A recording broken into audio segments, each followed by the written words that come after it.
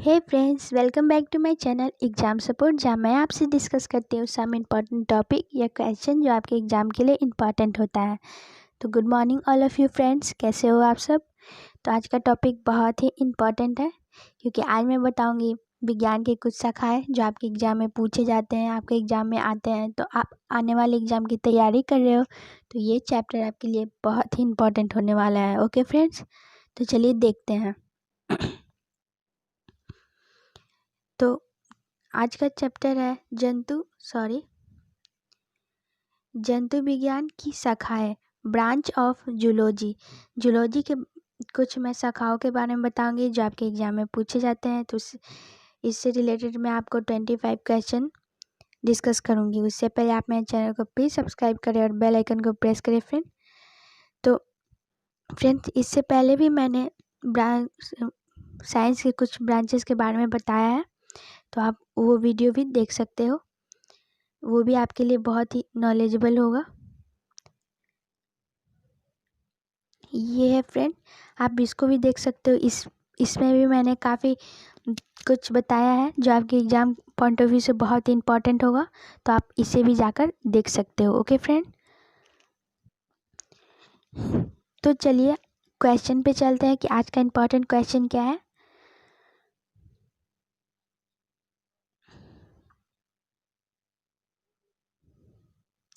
तो पहला क्वेश्चन है, मानव त्वचा का अध्ययन करने वाली विज्ञान की शाखा क्या कहलाती है। तो मानव त्वचा का अध्ययन करने वाली विज्ञान की शाखा को क्या कहलाती है फ्रेंड। तो इसे कहते हैं डर्मेटोलॉजी।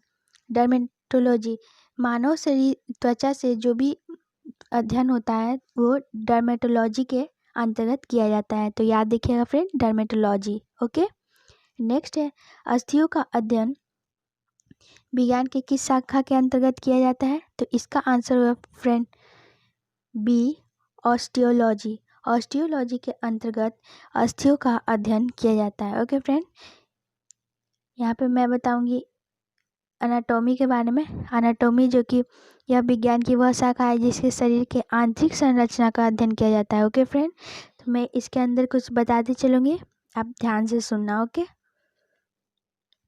ठीक है फ्रेंड, तो नेक्स्ट चलते हैं क्वेश्चन। जीवों के संक्रमण के विरुद्ध प्रतिरोध का अध्ययन किसके अंतर्गत किया जाता है। तो इसका आंसर हुआ फ्रेंड बी, इम्यूनोलॉजी। इम्यूनोलॉजी के अंतर्गत जीवों के संक्रमण के विरुद्ध प्रतिरोध का अध्ययन किया जाता है। ओके फ्रेंड, तो याद रखिएगा, बहुत ही इम्पोर्टेंट है, आपके एग्जाम में पूछे जा सकते हैं। ओके फ्रेंड, नेक्स्ट है, पैलियोटोलॉजी के अंतर्गत किसका अध्ययन किया जाता है। तो पैलियोटोलॉजी के अंतर्गत किसका अध्ययन किया जाता है। तो फ्रेंड इसका आंसर होगा डी, जीवाश्म। जीवाश्म का अध्ययन किया जाता है इसके अंतर्गत। ओके फ्रेंड, तो याद रखिएगा। नेक्स्ट, कीड़ों का अध्ययन को क्या कहते हैं। तो कीड़ों के अध्ययन को क्या कहते हैं। तो फ्रेंड इसका आंसर होगा बी, एंटोमोलॉजी। एंटोमोलॉजी जो कि इसके अंतर्गत कीड़ों का अध्ययन किया जाता है। तो याद रखिएगा फ्रेंड, बहुत ही इम्पोर्टेंट है। ओके, इक्थियोलॉजी, इसके अंतर्गत किसका किया जाता है। तो इसके अंतर्गत मछलियों का अध्ययन किया जाता है। तो याद रखिएगा फ्रेंड, इम्पॉर्टेंट है। ओके, नेक्स्ट है, तितलियों का अध्ययन किया जाता है, किसके अंतर्गत किया जाता है। तो इसका आंसर होगा फ्रेंड सी, लेपिडेटेरियोलॉजी। लेपिडेटेरियोलॉजी के अंतर्गत तितलियों का अध्ययन किया जाता है।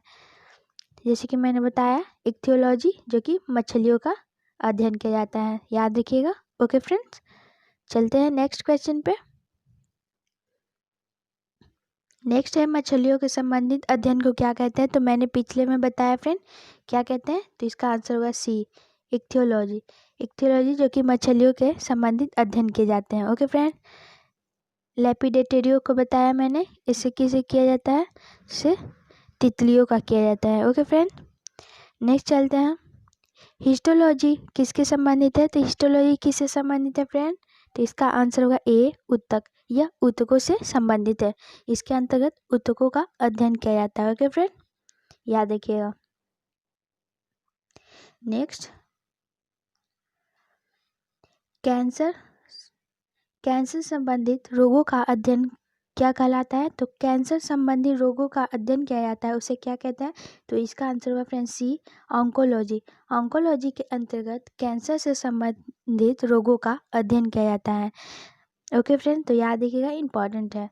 नेक्स्ट है नलिका वाहिनी ग्रंथ का अध्ययन किसके करने वाली जंतु विज्ञान की शाखा को क्या कहते हैं? तो नलिका वाहिनी का अध्ययन किसके अंतर्गत किया जाता है? तो इसका आंसर होगा सी, एंडोक्राइनोलॉजी। एंडोक्राइनोलॉजी के अंतर्गत नलिका वाहिनी ग्रंथि का अध्ययन किया जाता है। ओके फ्रेंड, तो याद रखिए। ऑन्कोलॉजी जो कि कैंसर का है, मैंने बताया ऊपर। तो ये सब याद रखिएगा फ्रेंड, ये आपके एग्जाम में पूछे ही जाते हैं। यदि आप आरआरबी एनटीपीसी का एग्ज़ाम दे रहे हो या फिर एसएससी का एग्ज़ाम दे रहे हो तो ये टॉपिक आपके लिए बहुत ही इम्पोर्टेंट है। और हाँ फ्रेंड, मैंने पीडीएफ का लिंक इस वीडियो के डिस्क्रिप्शन बॉक्स में दे दिए, तो आप वहाँ से जाकर डाउनलोड कर सकते हो। ओके फ्रेंड, नेक्स्ट, विज्ञान की वह शाखा जिसमें आनुवांशिकता के नियमों द्वारा मानव जाति की उन्नति का अध्ययन किया जाता है, क्या कहलाता है? तो विज्ञान की वह शाखा जिसमें आनुवांशिकता, तो आनुवांशिकता का नियमों का जो मानव जाति का उन्नति का अध्ययन किया जाता है, तो उसे क्या कहते हैं फ्रेंड?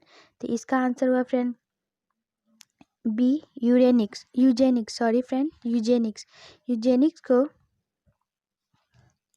आनुवांशिकता के नियमों द्वारा मानव जाति का उन्नति का अध्ययन किया जाता है। तो याद रखिएगा फ्रेंड, एनाटॉमी जो कि मानव शरीर के आंतरिक संरचना का अध्ययन किया जाता है फ्रेंड।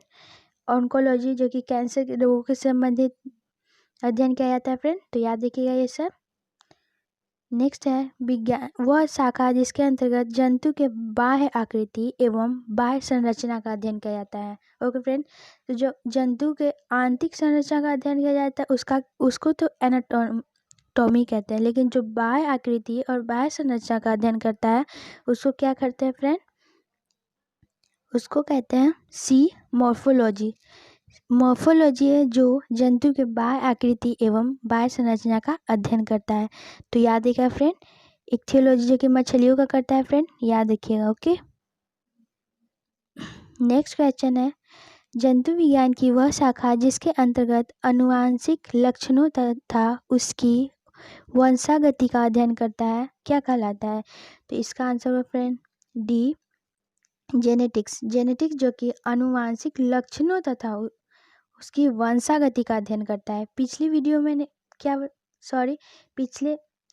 क्वेश्चन मैंने क्या बताया था? आनुवांशिकता के नियमों द्वारा मानव जाति की उन्नति का, तो उसे क्या कहते थे? यूजेनिक्स। लेकिन यह आनुवांशिकता लक्षणों तथा उसकी वंशागति का अध्ययन क्या कहलाता है? जेनेटिक्स कहलाता है।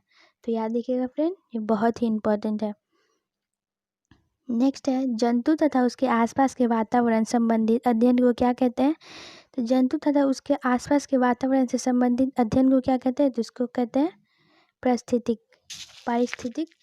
आपके साइंस का बायोलॉजी का एक चैप्टर है, इसी के अंतर्गत हम लोग जंतु तथा उसके आसपास के वातावरण संबंधित अध्ययन करते हैं। तो याद रखिएगा फ्रेंड, ये बहुत इम्पोर्टेंट है। ओके फ्रेंड्स, तो चलते हैं नेक्स्ट क्वेश्चन पे।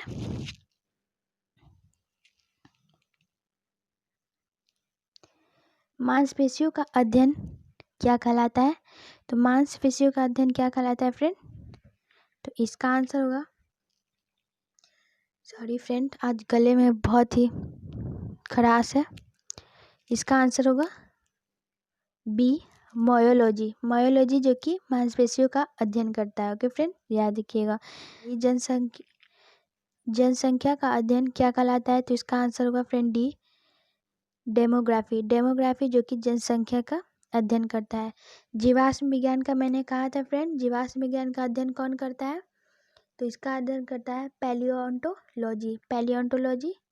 तो इसका याद रखिएगा, पैलियोंटोलॉजी। ओके फ्रेंड्स, नेक्स्ट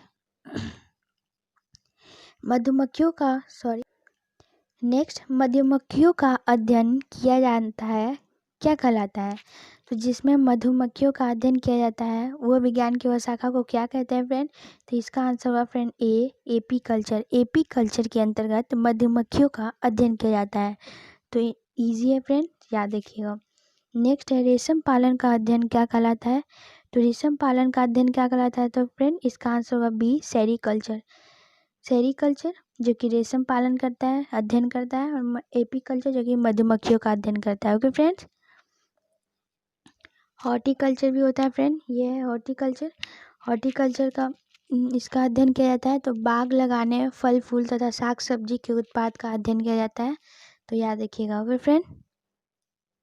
नेक्स्ट,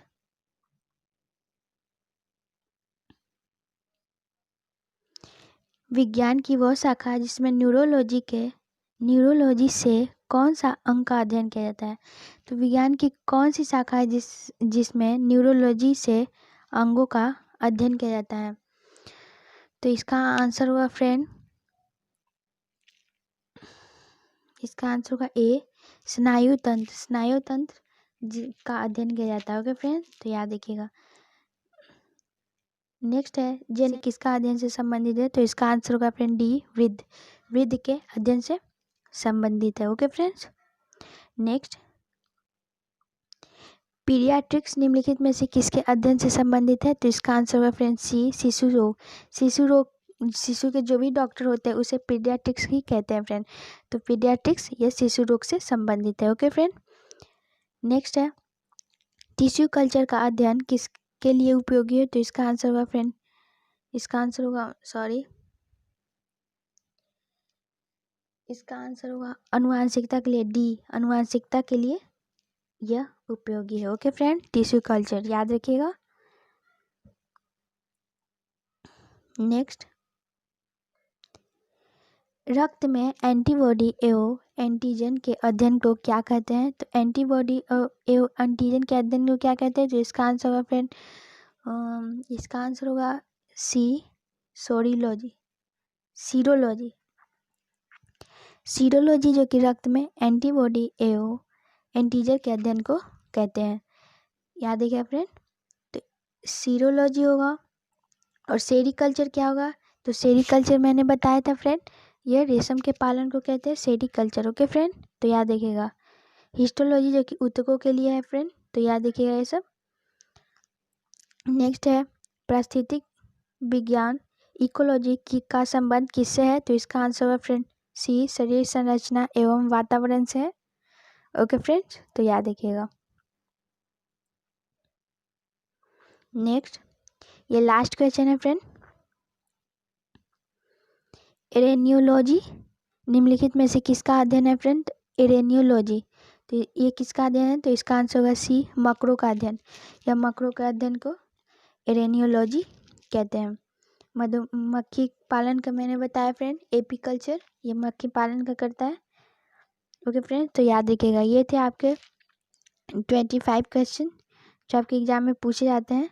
मैं ऐसे ही जीके के वीडियो लाती रहूँगी, तो आप मेरे चैनल को प्लीज़ सब्सक्राइब करना फ्रेंड, एंड इस वीडियो को लास्ट तक देखना फ्रेंड, और लाइक एंड शेयर करना friend. Okay friend, thank you so much.